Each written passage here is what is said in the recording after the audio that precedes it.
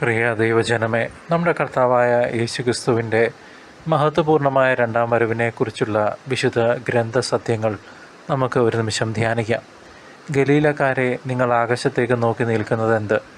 നിങ്ങളിൽ നിന്ന് സ്വർഗത്തിലേക്ക് സ്വീകരിക്കപ്പെട്ട ഈ യേശു സ്വർഗത്തിലേക്ക് പോകുന്നതായി നിങ്ങൾ കണ്ടതുപോലെ തന്നെ തിരിച്ചു വരും എന്ന് അപ്പസ്തോല പ്രവർത്തനങ്ങൾ 1:11 വചനം വ്യക്തമാക്കുന്നു. ഇത് കേവലം ഒരു തത്വശാസ്ത്രമോ മനുഷ്യനിർമ്മിതമായ സിദ്ധാന്തമോ അല്ല, മറിച്ച് ജീവിക്കുന്ന ദൈവത്തിൻ്റെ വചനമാണ്.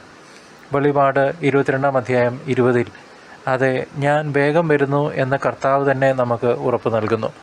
കർത്താവിൻ്റെ ഈ വാക്കുകൾ വിശ്വസിക്കാൻ മടിക്കുന്നവർ അവിടുത്തെ വരവിനായി ഒരുങ്ങിയിട്ടില്ല എന്നതാണ് വാസ്തവം.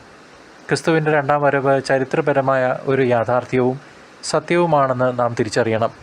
അവിടുന്ന് അരുളി ചെയ്ത കാര്യങ്ങൾ നാം വിശ്വസിക്കുന്നില്ലെങ്കിൽ നമ്മുടെ വിശ്വാസം പൂർണ്ണമല്ല. കർത്താവ് ബേത്ലഹേം പുൽക്കൂട്ടിൽ ജനിച്ചു എന്ന് നാം വിശ്വസിക്കുന്നെങ്കിൽ കർത്താവിൻ്റെ രണ്ടാമത്തെ വരവ് ഉറപ്പാണ്. ഈ ലോകത്തിൻ്റെ സുഖഭോഗങ്ങളിൽ മുഴുകി അവിടുത്തെ വരവിനെ വിസ്മരിക്കരുത്.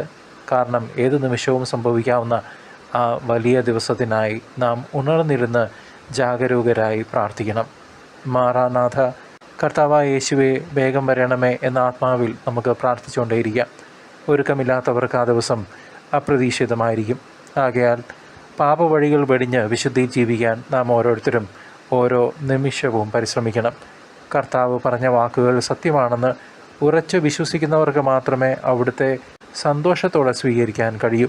ഭയത്തോടെയല്ല, മറിച്ച് പ്രത്യാശയോടെ അവിടുത്തെ വരവിനായി നമുക്കും കാത്തിരിക്കാം. അവിടുത്തെ വാഗ്ദാനങ്ങൾ ഒരിക്കലും പരാജയപ്പെടുകയില്ല. സമയം അതിക്രമിച്ചിരിക്കുന്നു. നാം ഉണരേണ്ട നാഴികയാണിത്.